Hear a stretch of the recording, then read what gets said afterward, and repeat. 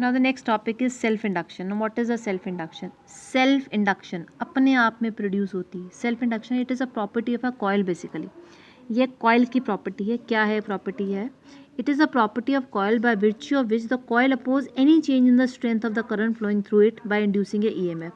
देखो, अगर आप किसी कॉइल में से बढ़ता हुआ करंट, बढ़ता हुआ मतलब कंटिन्यूसली चेंज हो रहा है करंट, कांस्टेंट नहीं, बढ़ता हुआ करंट इधर जा रहा है, पास कर रहे हो, तो कहता है उसमें अपने आप एक ईएमएफ जनरेट हो जाएगा जो इस बढ़ते हुए करंट को अपोज करेगा.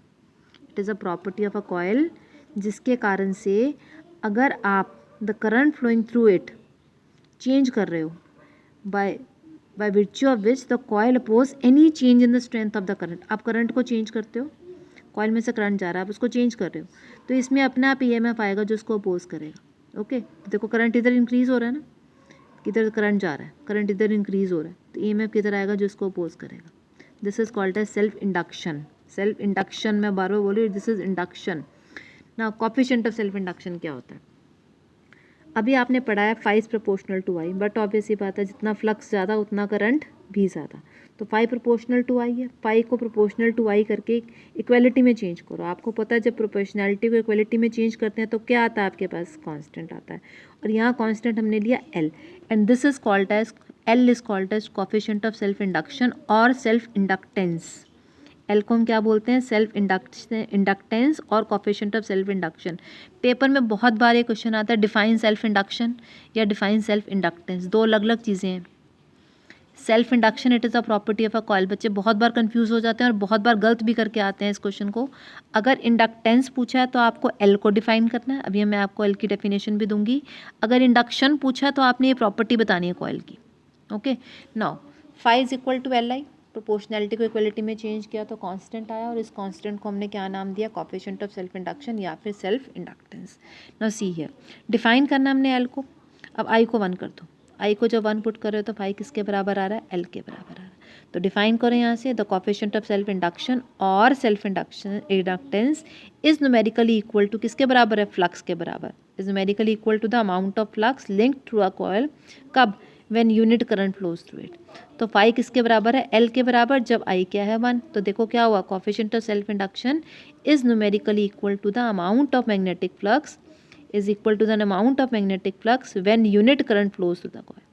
तो जब आप किसी कॉइल में से यूनिट करंट पास कर रहे हो तब जो उसमें फ्लक्स आता है वो क्या होता है? Self inductance. Okay, now L के यूनिट्स देखो क्या होंगे. एल क्या होता है? 5/I. एल क्या होता है? 5/I. यहाँ से देखो एल क्या है? 5/I.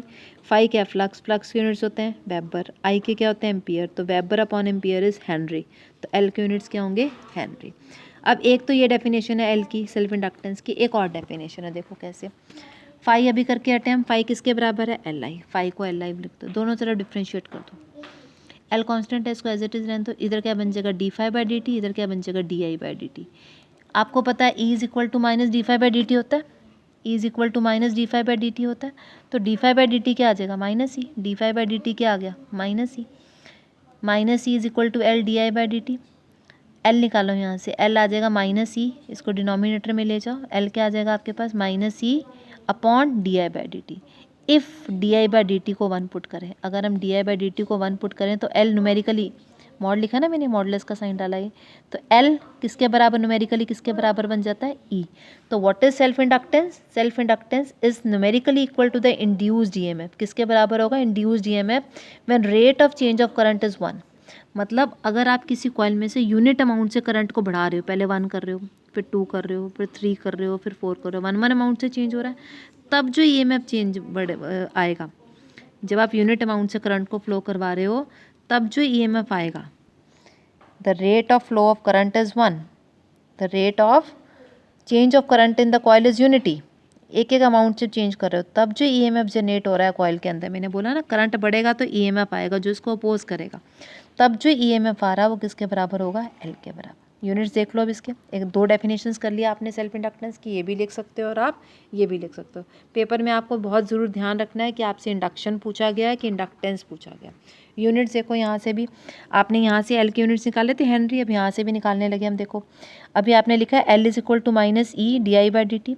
ई क्या वोल्टेज, वोल्ट होंगे, D I by D T ampere per second, second को ऊपर ले जाओ, volt second, what is volt second per ampere, it is again henry, इसके यूनिट्स भी क्या होते हैं, Henry.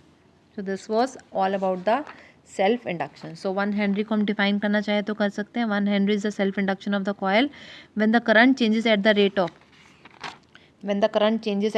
of 1 ampere per second।